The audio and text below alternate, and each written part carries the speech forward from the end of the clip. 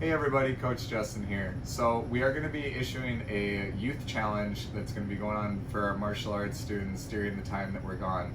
And it's going to be a 2-week challenge right now. Each week you're going to be required to do a certain number of repetitions for your push-ups, your sprawls, as well as your different mat motions.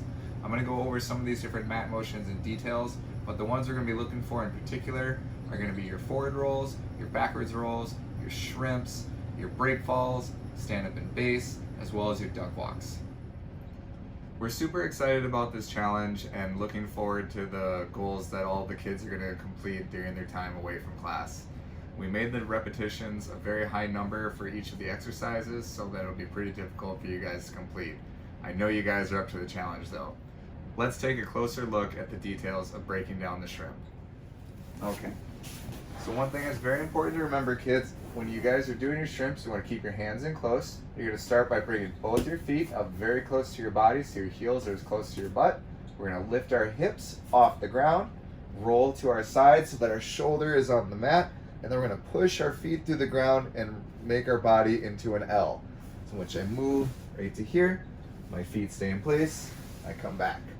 Then I would move my feet again. If I was doing that from another angle, I am right here.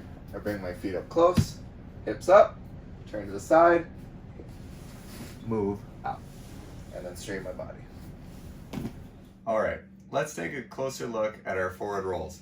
When you guys are starting here, you're gonna have one leg up and you need to make sure you have your active toes in the back. We don't wanna let our toes be flat here. This is gonna be our mechanism that's gonna push our body forward when we're doing the roll.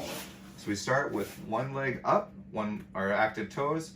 For the younger kids, you can put one hand on the ground if you need to. For the older kids, you can just go ahead and do your roll. You're gonna turn your hand out with the palm out, fingers down, thumb pointed towards you.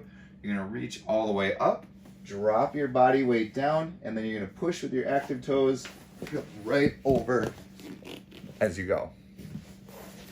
At the same time, when you wanna do your backwards roll, which works really well with this one, all you need to do with that is simply turn your head to the side a little bit.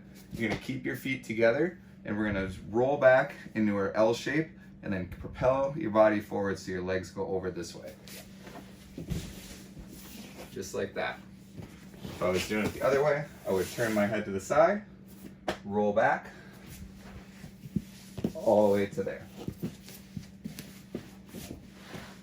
That's how you do the forward roll and the backwards roll. The next exercise and mat motions that we're going to go through is going to be our break fall into our stand up and base, or technical stand up. When you're doing your break fall, many of you may not have a mat or a nice soft surface to do it from the standing position. So we're going to just demonstrate from the seated position right now. Your feet will be bent. You always want to make sure that you tuck your chin so that your head never hits the mat. You hold your hands out here with your thumbs down. As you roll back, wait till your shoulders hit the mat, and then slap the mat right here. Good exercise would be thinking about doing this anywhere from 5 to 15 or 20 times as you go. So as you're here, 1, 2, 3.